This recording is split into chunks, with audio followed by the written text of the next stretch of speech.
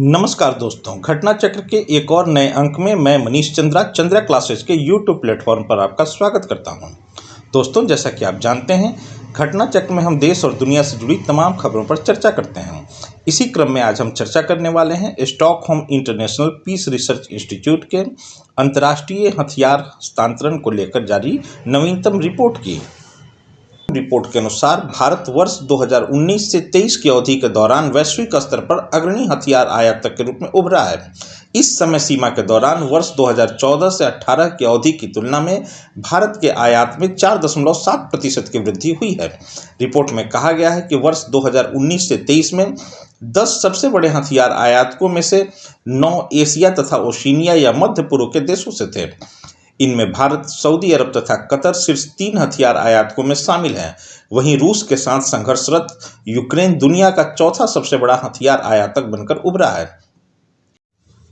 जहां तक हथियार निर्यातकों का प्रश्न है, निर्विवाद रूप से संयुक्त राज्य अमेरिका न सिर्फ वैश्विक स्तर पर सबसे बड़ा हथियार आपूर्तिकर्ता देश बना हुआ है, बल्कि वर्ष 2014 से 18 की तुलना में वर्ष 2019-23 की अवधि में उसके हथियारों के निर्यात में 17% की वृद्धि देखी गई है।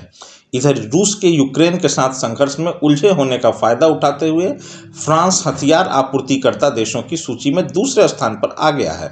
रिपोर्ट के अनुसार रूस के हथियार निर्यात में 53% की कमी आई है। इसके पीछे मुख्यतः 2 कारण जिम्मेदार ठहराए जा सकते हैं। एक, इस समय रूस की प्राथमिकता यूक्रेन में संघर्षरत अपनी सेना को हथियारों की आपूर्ति करना है, और 2, रूस पर लगे अमेरिकी तथा पश्चिमी देशों के प्रतिबंधों ने भी रूसी हथियारों के अनेक संभावित खरीदारों को हतोत्साहित किया है।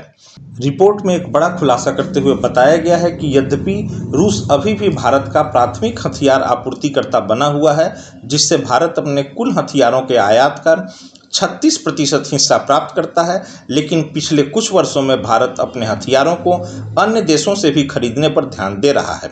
और यही कारण है कि वर्ष 1960-64 के बाद वर्ष 2019-23 की अवधि पहली 5 वर्ष की अवधि थी जहां भारत के कुल आयातित रक्षा उपकरणों और हथियारों में रूसी हथियारों की हिस्सेदारी आधे से भी कम थी। रिपोर्ट की माने तो भारत अब अपनी बढ़ती रक्षा जरूरतों को पूरा करने के लिए फ्रांस तथा अमेरिका जैसे पश्चिमी देशों की ओर रुख कर रहा है, साथ ही अपने घरेलू हथियार उद्योग को भी बढ़ावा दे रहा है।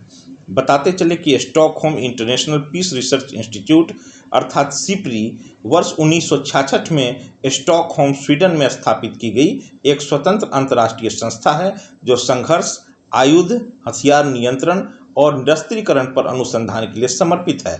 यह संस्था नीति निर्माताओं, शोधकर्ताओं, मीडिया तथा इच्छुक जनता को खुले स्रोतों पर आधारित डेटा विश्लेषण एवं सिफारिशें प्रदान करती है।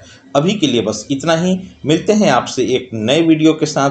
अगर आपको हमारा वीडियो पसंद आ रहा है तो चैनल को लाइक, सब्सक्राइब तथा शेयर करें और कमेंट बॉक्स में अपनी राय हम तक पहुंचाएं। धन्यवाद।